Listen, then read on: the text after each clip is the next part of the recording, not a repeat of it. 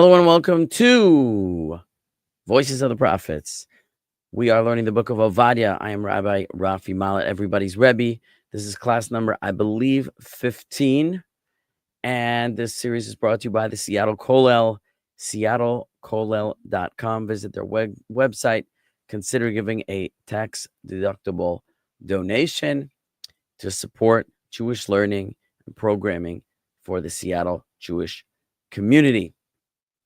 In addition, you can support this channel by becoming a channel member, liking this video, subscribing, sharing, doing all those fun social media things.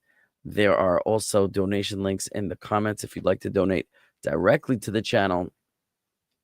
And yeah, you could do all that stuff. You could also support the channel by shopping artscroll.com/Rebbe Rafi, REBBI RAFI. That is my affiliate link. You can shop artscroll.com, buy beautiful Judaica items, and I will earn a commission from that link. Other announcements. I want to acknowledge a number of contributions to the channel. First of all, thank you, Colin Martin, for sponsoring this week's classes in memory of the two Israeli staff who were killed in D.C., the Israeli embassy staff, Yaron Lewshinsky, and I believe her name was Sarah Milgram, if I'm not mistaken. If I made a mistake, please let me know. May their memories be a blessing.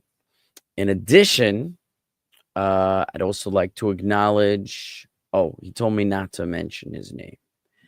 Someone who knows who he is, who contributed to the channel. Thank you to you. And I also would like to make an announcement that this week, tomorrow night, if I'm not mistaken, tomorrow night is the yahrzeit. That means it's the anniversary of the day that a person passed away. It's the yahrzeit of my grandfather, my mother's father, whose Hebrew name is Mordechai ben Eliyahu haKohen. Mordechai ben Eliyahu haKohen. His yahrzeit is tomorrow night, and we would like to dedicate the class as well in his memory. So our Torah learning should be a benefit to their souls. We have in the studio Lisa, Abigail, and Colin. The studio link is in the YouTube live stream. You want to connect in the studio and be live in the class. We have Liz on YouTube, Sandy on YouTube. We have Rhonda on YouTube, Tim on YouTube, JJ Otto, Shalom Aleichem from the American heartland of Iowa. Wowee. And Will and Indy. Yeah, shalom everyone. Last time I made a couple of mistakes that I wanted to correct. Hello, Monique. One was I mentioned the Israeli embassy staff was killed, and I said in New York. It was not New York, it was DC. And I also mentioned a story about Joseph and his brothers, and I said that Joseph sat them according to their mothers, and he sat Benjamin next to him, and I said that it's not a midrash, it's open in the verse. Now, some of it is open in the verse, and some of what I described there is in the midrash. It's somewhat derived from the verse, but it says, if I'm not mistaken, that he sat them according to Toledosam, which means like according to the way they were born. So it seems the explicit verse is telling us that he sat them by their age and maybe even according to their mother. It's not exactly clear what it means that he sat them according to their birth, which the commentaries take that he arranged them according to their birth mother and birth age. And they add that Benjamin was seated next to him, but that's not actually explicit in the verse. So that does come from the oral tradition. So I just want to correct myself. What I said was explicit in the verse is less explicit than I indicated. So my apologies for misstating that. Okay. We can, without further ado, get into the text unless there's any other business people would like to raise. You're always welcome at any point to ask questions, make comments. May Davies, a blessing on everyone, and blessings right back. Those who bless us are blessed. And we have 14 viewers on YouTube, it says. That's great. Okay, so we're going to put the text up. Let's adjust our view. Okay. Now, this is verse 19. You notice I don't have the translation. I did run a little short on time to prepare slides, so they're not going to be as neat as usual, but we'll do the best we can. Just to review what came prior to this, in verse 18, we had that Edom shall be an inheritance, Seir shall be an inheritance of his. No, I'm sorry. This was the book of Numbers that we were talking about in the class. Let me go back. Verse 18 in Obadiah. We were talking about that verse in Numbers, but verse 18 in Obadiah is this slide. The house of Jacob shall be fire, and the house of Joseph a flame. The house of Esau shall become straw, and they shall ignite them and devour them. And shall there not be a survivor in the house of Esau, for Hashem has spoken. And we made a lot of comments about that last week. So everyone is certainly welcome to revisit that class for what we said then. If anyone has any lingering comments or questions, feel free. I think we left it open with a lot of questions, meaning there's a lot we don't know. These are prophecies that have not occurred yet, that it's not abundantly clear how they will occur. And we shared what the tradition tells us, and I made some additional musings about it. But ultimately, I think we're left with more questions than answers. So, yeah, if we go on from there back to our verse, okay? Verse number 19. Please interrupt at any time. Oh, wow. Will and Indy gifted 5 Rabbi Rafi memberships. That's amazing. Thank you so much. So if you are in the live stream, you might suddenly find yourself a new member of the channel. So you can thank Will and Indy for that gift.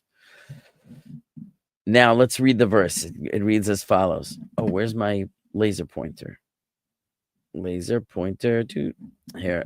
V'yarishu haNegev es har Esav v'hashefela es Pilishtim v'yarishu es Sedei Ephraim ve'es Sedei Shomeron u'Vinyamin es Hagilad, which means as follows. V'yarishu haNegev et har Esav. The Negev, which means the south, will inherit the mountain of Esau. The south will inherit the mountain of Esau. Now, there are some. Now, what does that mean? The south generally refers to the tribe of Judah, who lived in the southern part of the land of Israel. That was his tribal land. And immediately on his border to the south of him was the land of Edom. And we'll take a look at some maps tonight. So it sounds like it's saying that the tribe of Judah, which dwells in the south of Israel, south of the land, will inherit the land of the mountain of Esau. We'll take a look what that might be. Now, remember what we spoke about previously is that God promises to Abraham in the covenant between the parts in Genesis 15, 10 lands. And when Israel comes out of Egypt and are brought to the promised land, they're told that they will inherit 7 lands.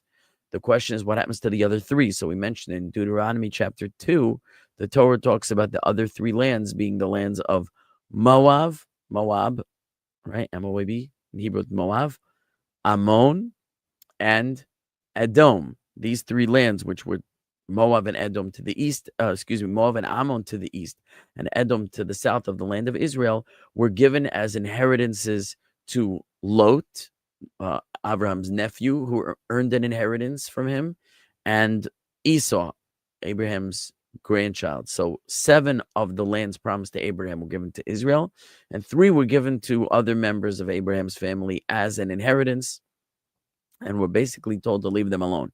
But that is only temporary, because in the Messianic era, Israel will inherit those lands, as we shall see. So immediately we hear about the mountain of Esau will be inherited by the south. There's another way to read this. Some of the commentaries read it V'yareshu haNegev, and they will inherit.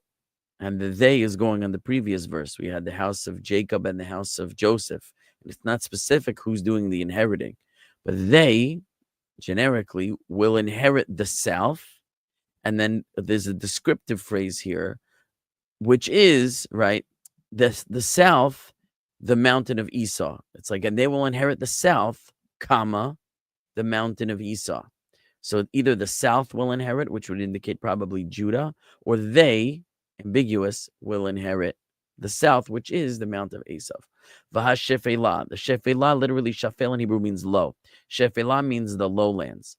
So when the next phrase, v'hashephelah et pelishtim, could be read two ways.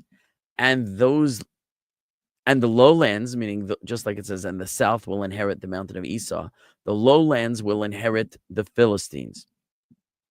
As though those living in the lowlands will inherit the Philistines. So that means that another portion of the tribal lands will extend towards the coast and take the lands of the Philistines, which the biblical Philistines inhabited the coast of Israel, essentially where Gaza is today, which is a big political topic today, that they call it Palestine, which is of course named for the Philistines.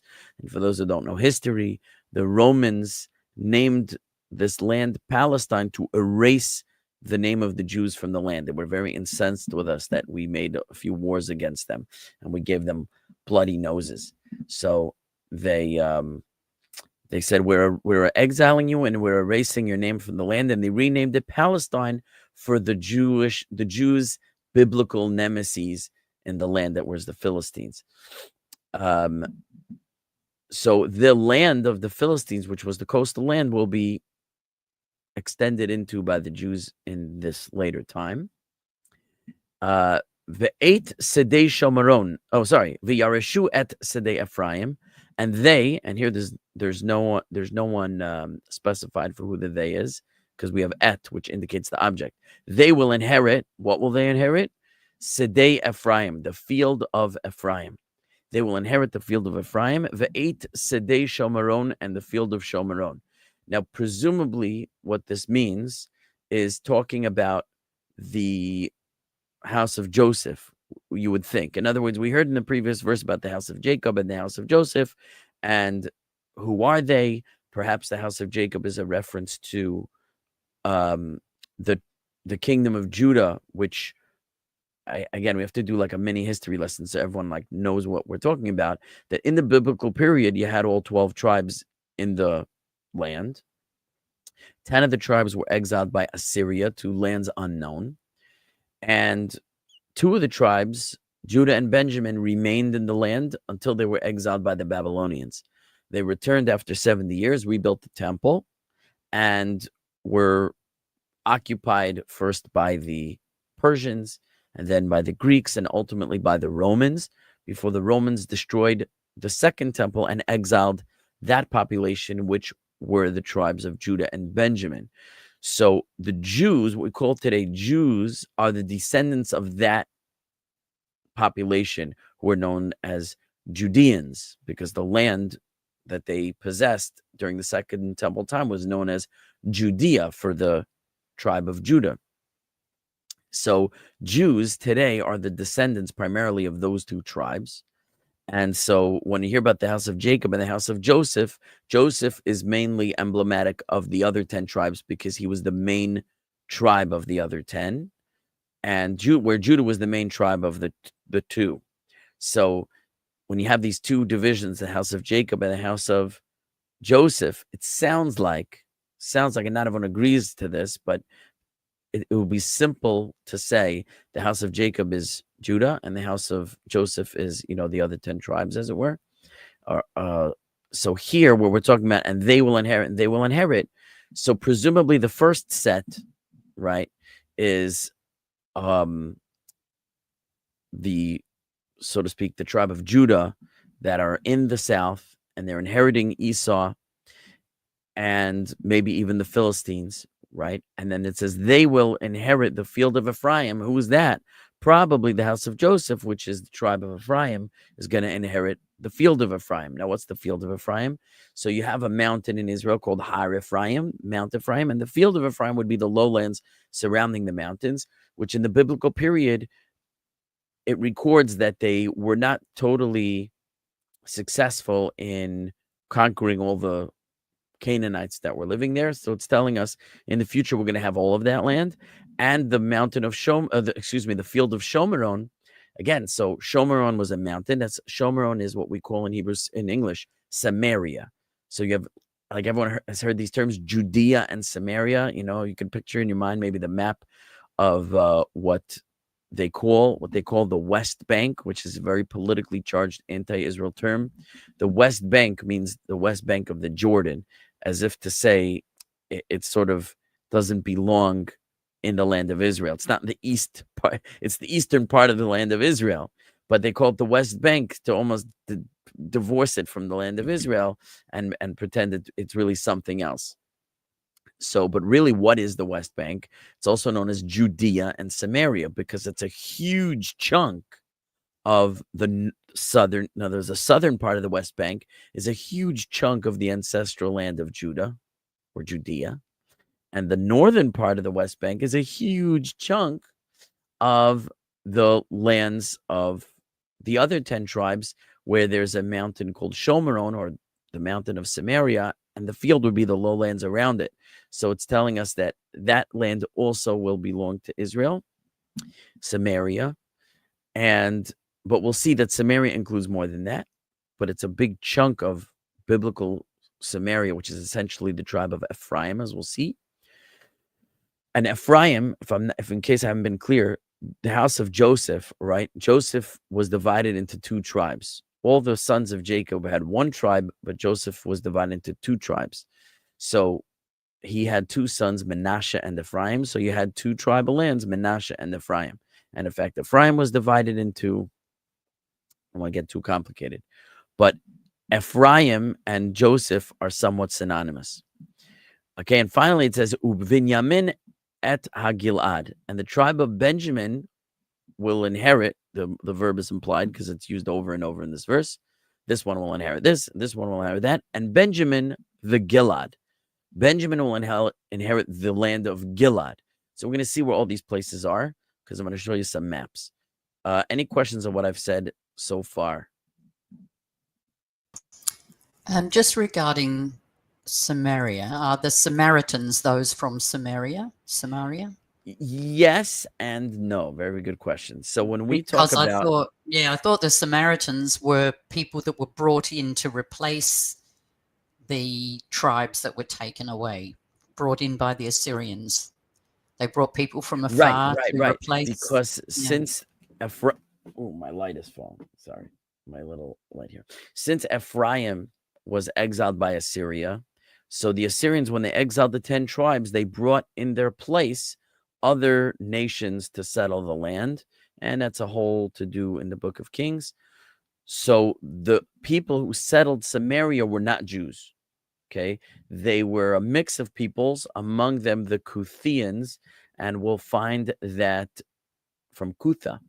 We'll find that in the Second Temple period, early in the Second Temple period, they're called Shomronim, Samaritans or Sumerians, and it's like a pejorative. It becomes sort of a pejorative because the Shomronim, the people of Samaria, the Sumerians or the Samaritans, are antagonistic to the Jews. They don't want the Jews to return from Babylonia. They don't want the Jews to rebuild. So in the book of Ezra, for example, the Samaritans are always trying to rebuff the Jewish efforts to resettle and rebuild.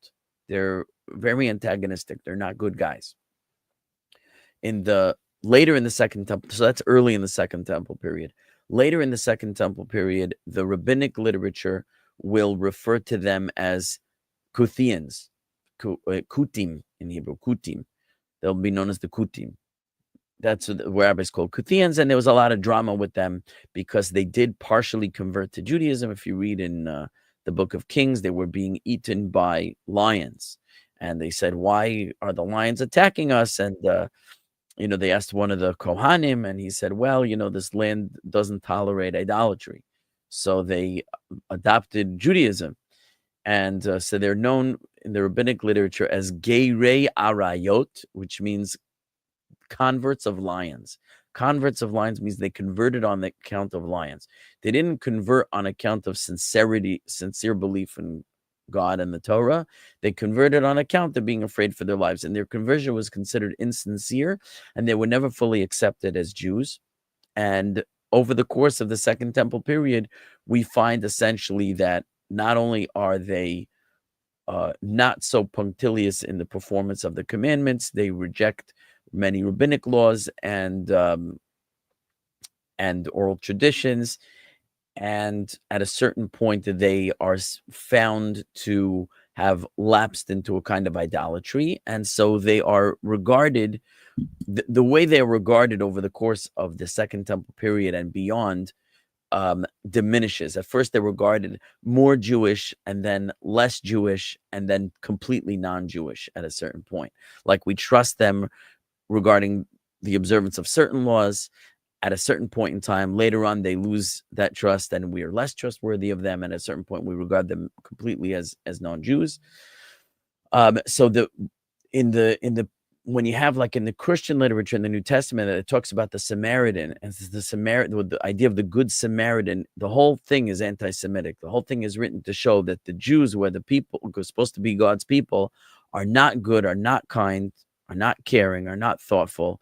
And yet the Samaritans, who are vilified by the Jews and are regarded as antagonistic to the Jews, they're the one who shows kindness in the story, the Good Samaritan. So the title, The Good Samaritan, is ironic because the Samaritans are not supposed to be good. And yet the New Testament says, you see, the Samaritans are really better than the Jews. So the term Good Samaritan is actually anti-Semitic in its origin. But those Samaritans mean non-Jewish Samaritans, not the original Israelites that inhabited that land. Now, someone asked, how are we going to fit a 950 square mile temple? I don't know what you're talking about. 950 square mile temple? What are you talking about? It won't fit now, so God has a little fixing up to do so the temple can fit. Perhaps with an earthquake, we'll move mountains around. So I don't know what you're talking about, a 950 square mile temple. So you're going to have to help me out with that. Lindsay, fine. I would love a membership, please. So the memberships are given out. If someone buys gift memberships, that YouTube will give them out kind of randomly. So you have to get lucky, or you could buy a membership. It's for the price of a coffee every month. You support the channel.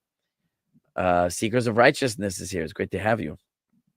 Ezekiel's temple. Understand, Ezekiel's temple is described in great detail in the book of Ezekiel. It's not 950 square miles. Now, you're talking about there's a certain area of land around the temple that's dedicated for the priests, but that's not the temple itself. So I think you're misunderstanding.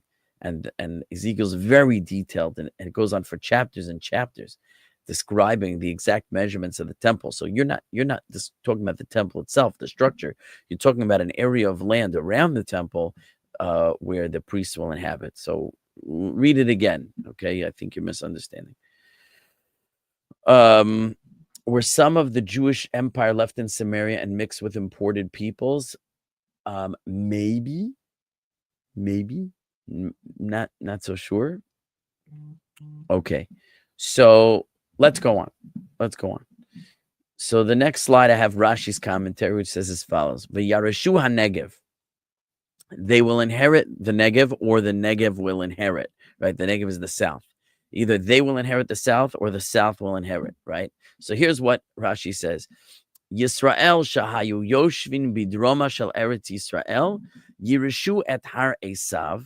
The Israelites that were living in the southern part of the land of Israel will inherit the mountain of Esau. Okay, that's how we understand that the south will inherit, means the inhabitants of the south of the land of Israel will inherit the mountain of Esau. And he says, Shehu b'meitzar darom, which is on the southern border. Uvnei hashefela yirishu et eretz pelishtim. And those who live in the Shephelah, the lowlands, will inherit the land of the Philistines. Ve'et har Ephraim, and the mountain of Ephraim. Ve'et har Shomeron, and the mountain of Shomeron. So Rashi breaks the groups up like this: The southern inhabitants will spread southward, and the inhabitants of the lowlands will take the land of the Philistines, the mountain of Ephraim, and the mountain of Shomron. And Benjamin, the Gilad. So Rashi leaves that sort of as it stated. Benjamin will inherit the land of Gilad, but there's a problem if Benjamin inherits the land of Gilad, which is that the land of Gilad is not historically the land of Benjamin. It's historically the land of the tribe of Menashe. Okay, so he says, "Uvnei Menashe shahaita eretz Gilad shalahem yifshetu lahem mehala legvulatel shel eretz Yisrael b'mizracha." The people of Menashe, the tribe of Menashe, that the land of Gilad belonged to them, they will spread out beyond the borders of the land of Israel to the east. So the Gilad, as we'll see on the maps that are coming up, was east of the Jordan River. If you have any picture of the tribal lands in your head, you had a number of tribes, 9 tribes on the west side of the Jordan River, between the river and the sea, as it were.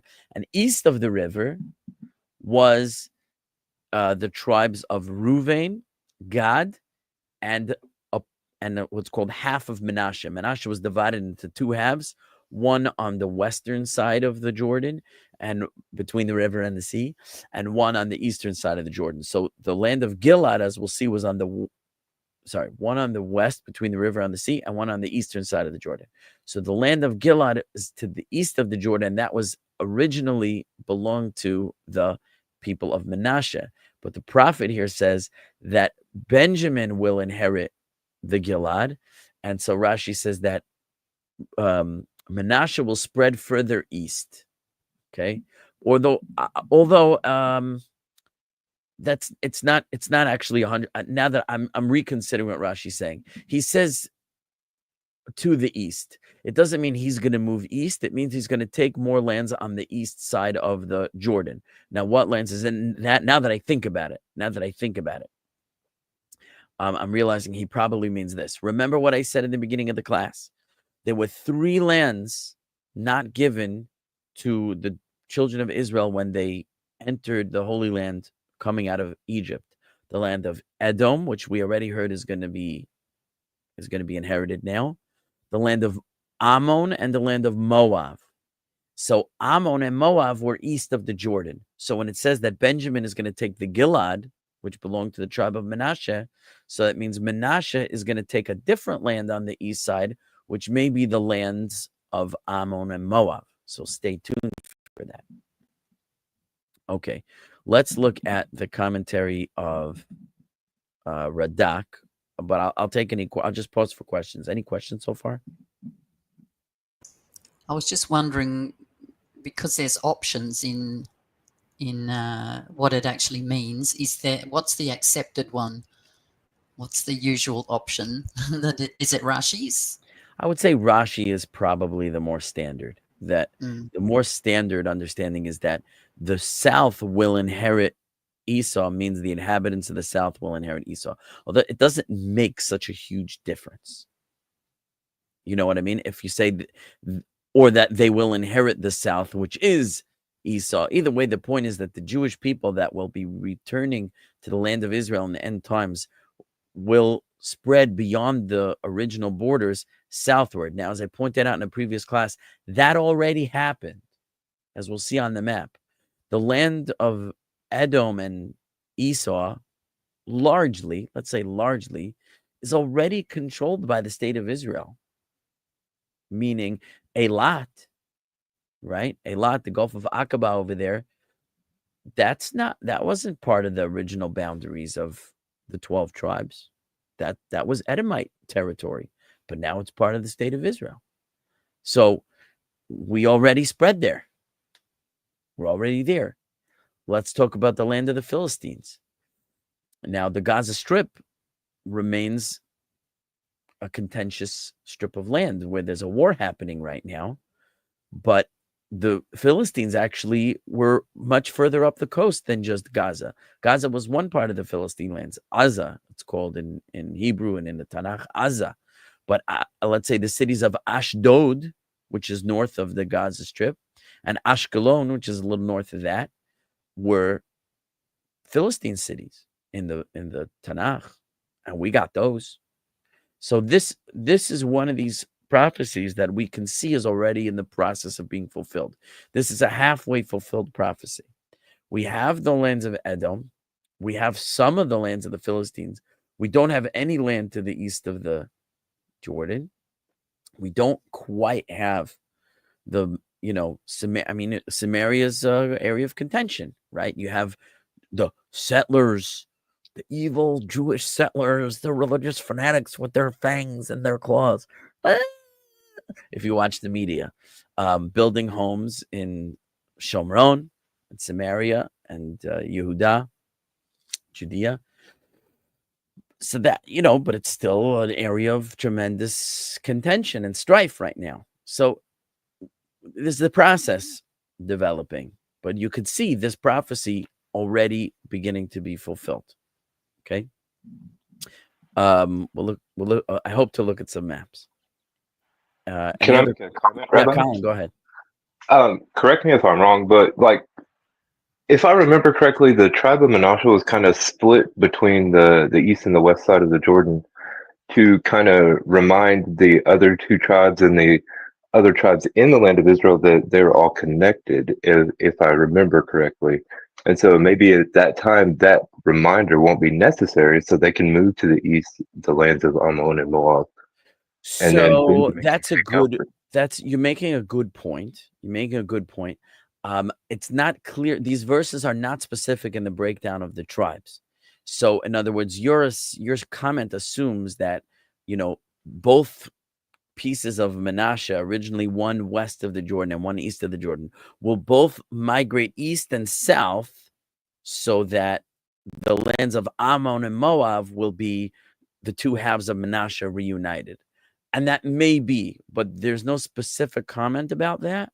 So to say that they definitely won't still also be on the west side of the Jordan is unclear. Now, someone mentioned the book of Ezekiel. Ezekiel describes the division of the land according to the tribes in the Messianic era.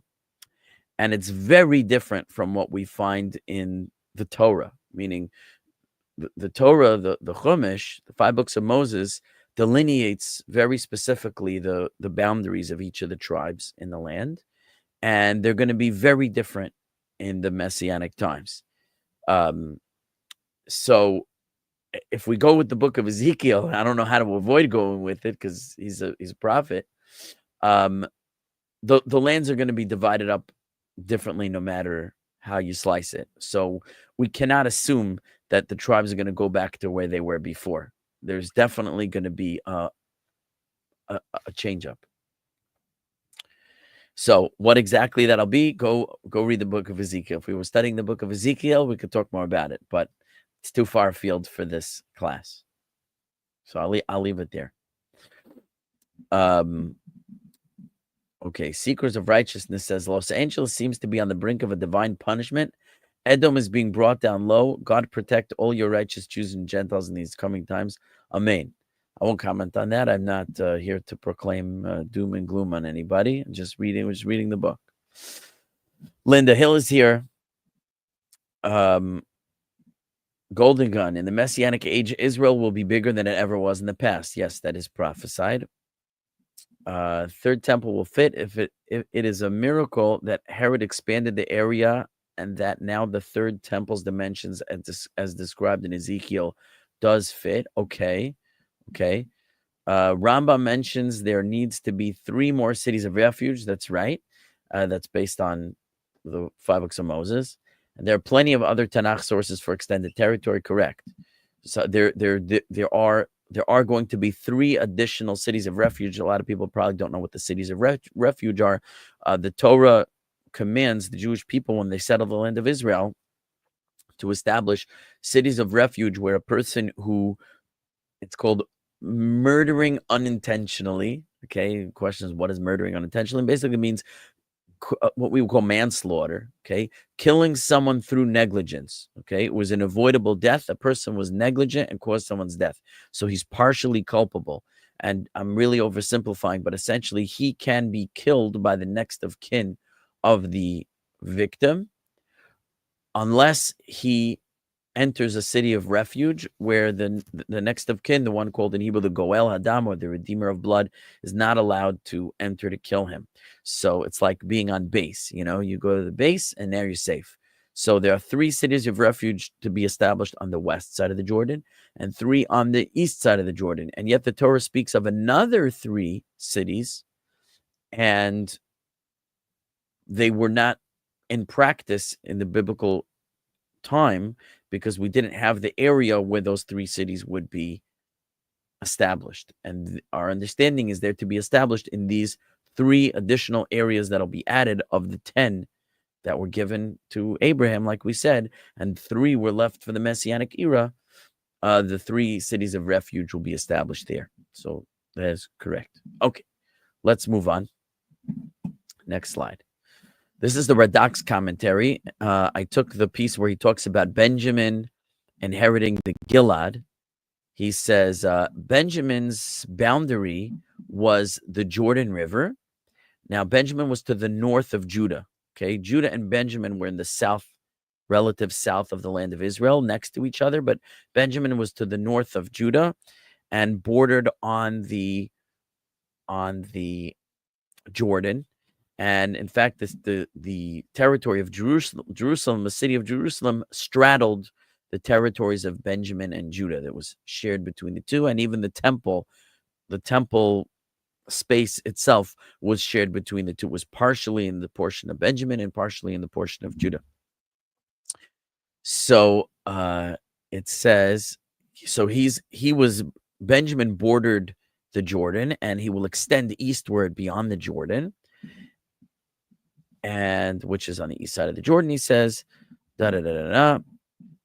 He says, and Manasseh, which originally inhabited the land of Gilad, his border will spread from there further, and here he specifies, Be'eretz Moav uvnei Ammon, into the land of Moab and Bnei Ammon. So where Rashi says he's going to spread to the east, and I was like imagining in my head, like meaning further east, he probably means the same thing the Radak says openly here. He just means east of the Jordan. He's going to spread to an area that's also east of the Jordan, which would be Ammon and Moab, and we'll see where that is. Okay. Any comments or questions before I go to the next slide? When the British Mandate included Transjordan, do you know if there were, if everyone believed this is that was the Messianic time, that he was due at any moment? Did people feel that? I wouldn't be surprised if some people felt that, but I'm not aware that there was like a large scale religious fervor about that. You have to know that the whole topic of Zionism, and when I say Zionism, I mean modern Zionism, the modern Zionist movement. I don't mean the fact that the Torah and the prophets, maybe not the Torah, but the Torah, meaning the Torah promises this land to the Jewish people, and the prophets, and it's all over the place that we're clearly supposed to settle this land. It's definitely the promised land, right? But the exile was seen as a divine decree, and Jews accepted that they were facing divine retribution, and they would be redeemed either at the right time or when we merited it. And there was a religious movement to return to the land of Israel, not as a political entity, but just to live in the Holy Land. And Jews returned under the Turks. There were many movements of return among religious people to the land of Israel, including the disciples of the Vilna Gaon in the 18th century, and the disciples of the Baal Shem Tov, the leader of Hasidus. This was known as the Old Yishuv, the Yishuv HaYashan, the Old Settlement. And it was kind of a beginning of a movement of return. There was, even prior to that, there were movements of return in the 15th and 16th centuries. There were always a trickling of Jews coming back over the ages, and it was always religiously motivated. What happened in the 19th century with, for example, Theodor Herzl, who was a totally secularized Jew, was an attempt to piggyback on the nationalist fervor in the non-Jewish world, where everybody started following this ideology called nationalism and creating new nation states that never existed before, to jump on the bandwagon and say, now it's time to create a Jewish state. This created a big uproar in the religious world among many who said, creating a Jewish state, that's for God to do. That's not for us to take into our own hands. We are exiled. We are sinners. It's not the will of God that we should rule at this time.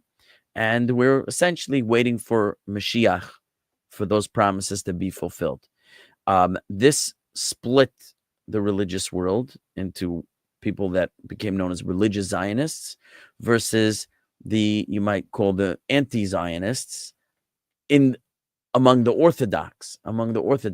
So, but I need to distinguish that an anti-Zionist or Orthodox Jew, and let's put aside, as a tangent I didn't want to go on, what we call the Neturei Karta. The Neturei Karta, it's very nuanced, it's complicated. I'm oversimplifying, but what's typically identified as Neturei Karta today, if you've heard of it, this group, and you see them at the rallies, and they look very, very Orthodox, and they look very, very Hasidic. They have long beards, they have long side curls, they have, big black hats, long black coats, and they wear keffiyehs, and they hang Palestinian flags, and they're anti-Zionist. No one in the religious Jewish world gives these people any legitimacy. They're a tiny fringe fanatic group that no one agrees with. They are they're self-hating Jews. They make the world a worse place for the Jewish people to live in. Let's say, putting them aside, okay? Those are the very vocal ones in the media. Nobody cares about those people. They are looked at as nothing. Putting those people aside, within the Orthodox world, there's a split where some people feel that there should not be a political movement to create a state of Israel until Mashiach comes. And there are those who feel that it is our duty or a commandment for us to do so nowadays. And it's a big religious fight that I don't really want to delve into in this hour. One of the big problems with Zionism is that it's very largely a secular movement. Modern Zionism is very largely a secular movement. Herzl was not at all a religious Jew. He had no religious motivation in creating the state of Israel. His motivation was, there's anti-Semitism in Europe. To a certain degree, he was visionary. He saw the Holocaust coming. He said, we need to establish a state where we can be. This was really his belief. He was very wrong and very right at the same time. Where we can be, he said, a nation like other nations.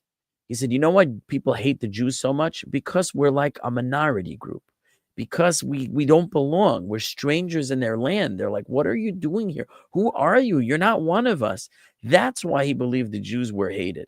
He said, but as soon as we have our own country, so we'll be respected. The Italians have Italy. The French have France. The Spanish have Spain. The English have England. And the Jews have Israel. Right? And then, you're just like, we'll be just like everybody else. Once we have a country like everybody else, anti-Semitism is going to end. That's what he thought.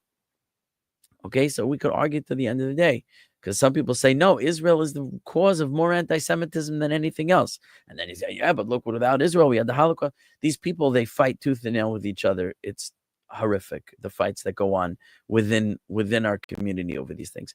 But the point is that modern political Zionism is largely a secular movement.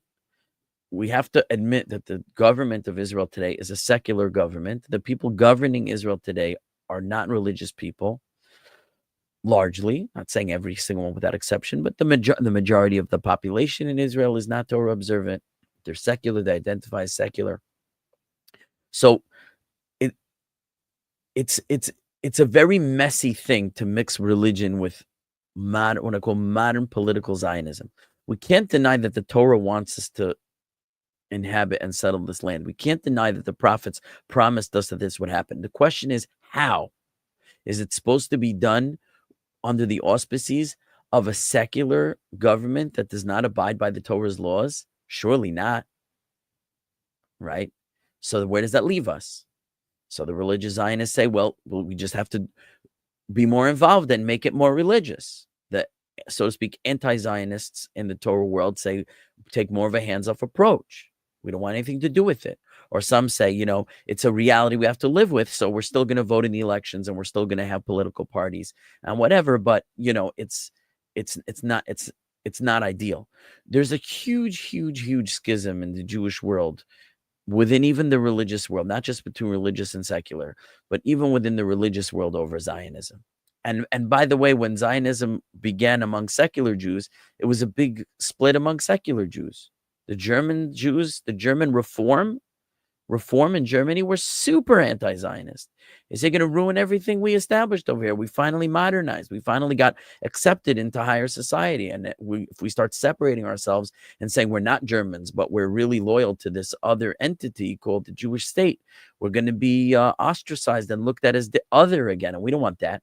So they stayed in Germany and they rejected the state of Israel. And they held that beliefs all the way into the ovens at Auschwitz, right? So it's complicated. It's very, very complicated. I don't want to make this the topic of the class. Just your question of, was there like a religious fervor over the Balfour Declaration? I'm sure among some Jews there were, but the topic of Zionism in general is such a gigantic schism in the Jewish world, both within the secular, between secular and religious, and within the religious, that it's very hard to identify a uniform response to anything by anyone. So secular Jews would not have a religious response to it. And among religious Jews, you had a lot of antagonism towards Zionism. So it was really like a sliver of the religious community that probably got excited over this. And everyone's entitled to their opinion on the subject, and I'm not taking a side. All I'm saying is it's complicated. Everybody has a different view on it, and it's too complicated for this hour. So I know my answer is a non-answer, but my response is it's too complicated to be boiled down to a simplistic answer. Is that an acceptable response? Yes, it is. Thank you. Okay. Fine. Let's move on. We could talk about Zionism for an hour. I'm sure everyone has 100 questions on what I just said. There's so much to say, but it's not what this class is about. Okay. Now, let's go on. All right, Edom, here are our maps. We'll finish the maps and then we'll close out the class. Edom and Seir. So I don't know how great this map is. It's a little hard to determine what we're looking at. We'll try to compare it to some other maps to see. But here you see, here it says Israel, right? Here's the Dead Sea. So if you have like a map of Israel in your head and you know kind of where the Dead Sea is on that map, here's Gaza, right? Here's the Mediterranean Sea. So here's the Dead Sea. That means the Jordan River is this blue line going down here to the Red Sea. Okay, so just superimpose that, right? And modern Israel, there's kind of like a diagonal line here going up towards Gaza, towards the Mediterranean, which divides modern Israel from Egypt. So it's like somewhere along this line. But you'll see that ancient Edom, and I put the link here for who made this map. It's BibleMapper.com. I don't know who they are. It just was a convenient map to use. I don't know if it's perfectly accurate. I'm sure there's a lot of scholarly disagreement, but let's just say more or less for argument's sake. So this green area is Edom, right? So your land of the Temanites. Remember we talked about Teman? And here is Seir. That was the mountain, Mount Seir. So this was Seir. So you'll see that Edom straddled the Jordan River. Some of it was to the east and some of it was on the west side. Essentially all this today is modern Israel. Everything from the Jordan and west is modern Israel, and we don't have this part yet. So again, it's a partially fulfilled prophecy. And here's Moab up here, just to the north of Edom, and then you can have Ammon just to the north of them. So maybe that clarifies some of the areas we're talking about. We don't have what's east of the Jordan. We do have what's west of the Jordan. Okay, any questions?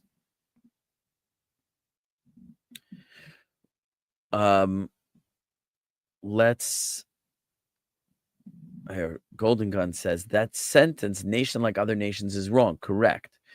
Like when Samuel didn't like people saying we need a king like other nations. Right. The Torah says you shall appoint yourself a king. when the people asked for a king from Samuel, he got upset at them. Why doesn't it say in the Torah to appoint a king? So the understanding is because they said, let's establish a king like all other nations. The point is not to have a king like all other nations. The point is not to be a nation like other nations. We're supposed to be a nation not like other nations. That's our job. So now, to be fair, if you look in the book of Deuteronomy, where the commandment of the establishing a king is written, I don't have the citation off the top of my head, you'll see that it talks also in terms of having a king like all other nations. So it's a little bit hard to square away, but that's not our topic. So we'll leave it there. Okay, somebody says, how do you feel about, I don't want to pronounce the name, I assume that's supposed to be the 4-letter name of God, saving the tents of Yehuda first. This implies that modern Israel has nothing to do with the scripture. I don't know why that implies that at all. If you were listening until now, you know that Yehuda is the Jews. The people who are called Jews today is because they're from Judah. That's where the name Jew comes from. Yahud, Yehuda, Jude, right? We are Jews. We are Judah, and we have returned first to the land of Israel. So I would say that lines up perfectly with scripture. So thanks for asking. Yehuda's still in captivity, in your opinion, I suppose. I mean, we're not. I'm a Jew and I'm in Texas, so I'm still in captivity. I agree with you. Is the verse saying Israel will have all the lands on the map, more or less? Well, it's saying it'll have Edom and Moab and Ammon, right? So let's look at more maps before we end here. Gilad. Remember, we said that Benjamin is going to spread eastward to Gilad. So this map is from Britannica, and you see modern Israel here. Here's the Gaza Strip. This is modern Israel, the West Bank, okay? Dead Sea, Jordan. We were just looking at Edom, which was basically down here, right? Or down here-ish. So, and Moab and Ammon would be right around there, we saw. And here's Gilad, which originally belonged to Manasseh, will belong to Benjamin. And Benjamin would extend from the west side of the Jordan eastward to include Gilad. Okay. Here is, now I put these maps in like 2 weeks ago, and I'm scratching my head like, what did I mean to bring out from this map?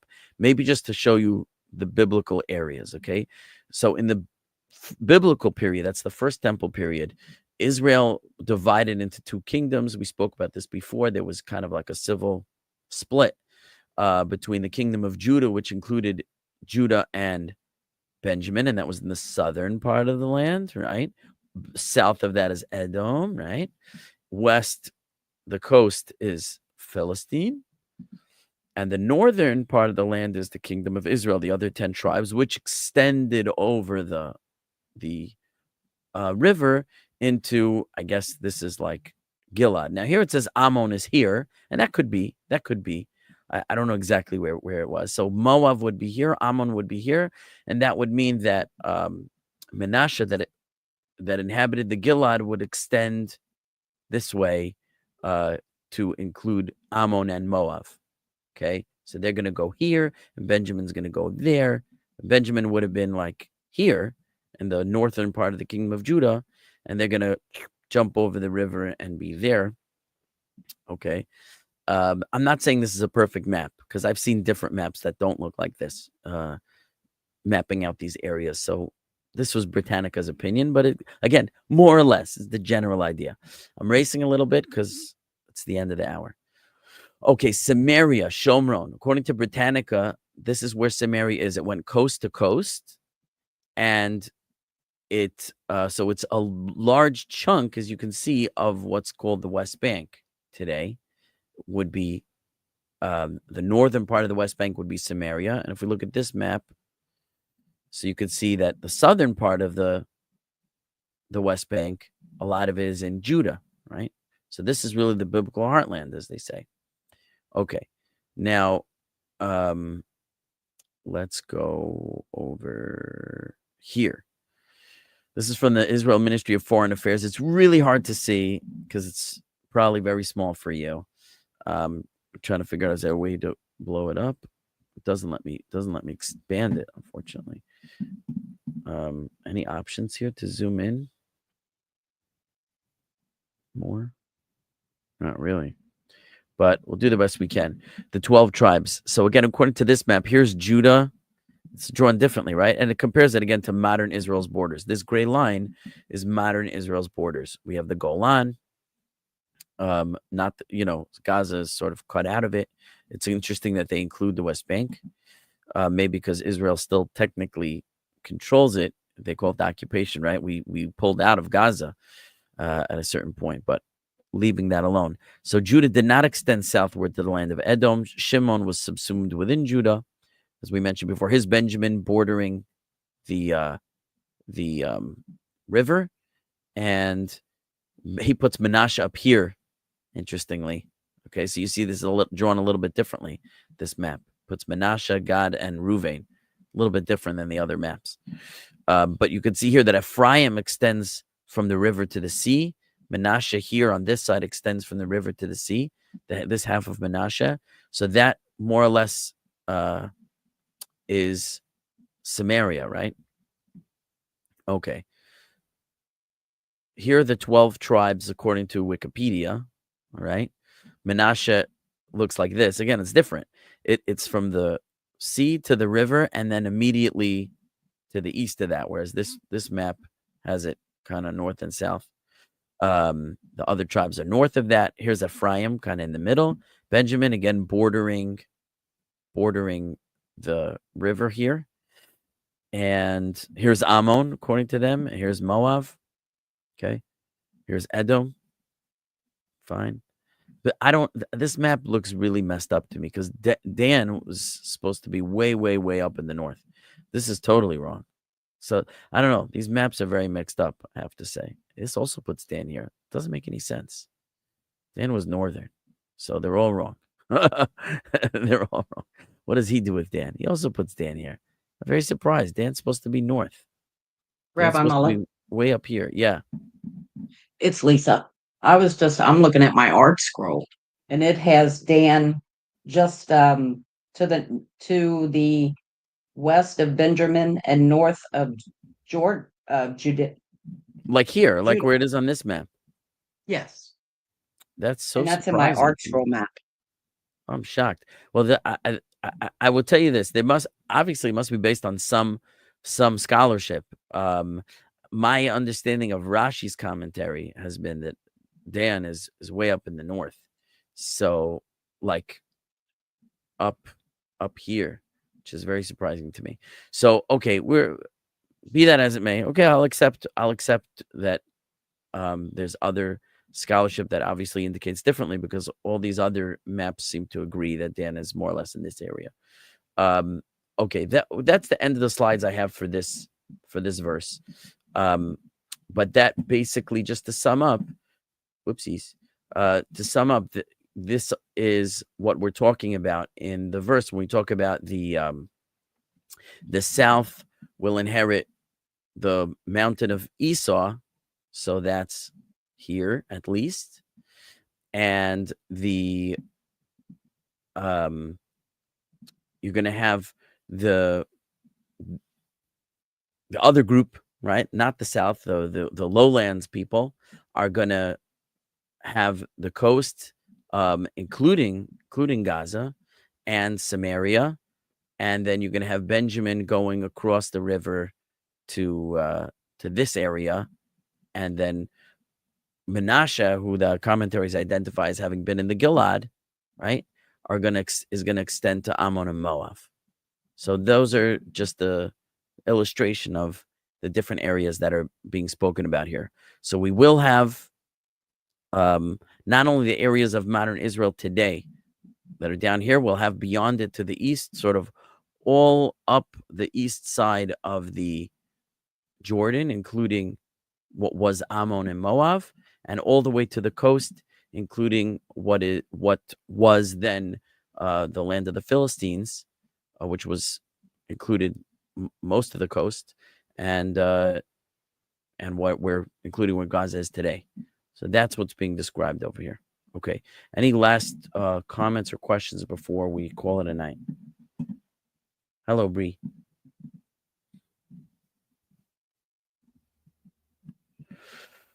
Okay, so I'm just looking at the comments here. All the Nabi prophesy about, I guess that's God's name, gathering all of Yisrael from the lands of their captivities, as Moshe spoke in Devarim. Yeah. Follow Rome, you find Edom. Right, agree. That's the whole series has been about that. Incredible series as we see these prophecies unfold in real time, almost week to week since we started. It's true. The more I'm like learning this as we go and I'm watching current events, I'm like, we are living in, so to speak, biblical times in a certain sense. There's always something happening that is connected. Thank you, Rabbi. Yeah, keep watching. Keep watching. Oh, and by the way, just wait till we get to next week. Hoo-wee.